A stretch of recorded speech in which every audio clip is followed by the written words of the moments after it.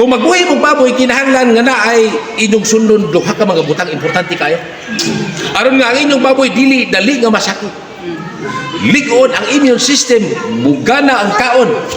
No, bugat ang timbang unsa may itong buhaton. No, aron dili dali nga masakit. Kinahanglan nga atong sundon ni duha ka pamaagi, disinfection. Unsa may disinfection? I-disinfect na to.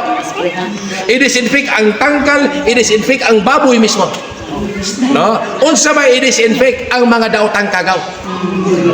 Ang mga pathogenic microbes.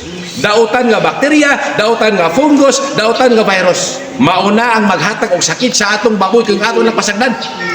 Actually, kanang mga daotang kagaw naarag yun na diha sa atong tangkal. Suri-suroy diha. No. Kung ato nagpasagdan nga mudaghan diha, mungadto sa atong baboy masakit ang atong baboy. No.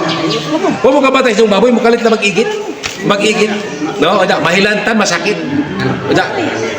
Og kanto mamatay. No. Mao na nga unha nato ang sakit. Samtang wa pa masakit, ato na siyang unhan. I-disinfect na nato ang atong tangkal. No. Unsaon man ito mag-disinfect? Isprihan na ito. Isprihan og disinfectant. Aron nga ang kagaw dito dili mo tabok kitos baboy masakit ang atong baboy. Bisag imo pa ng banwasan diha ang kagaw na ara diha. Di makita sa atong mga mata. Di makita sa mga mata.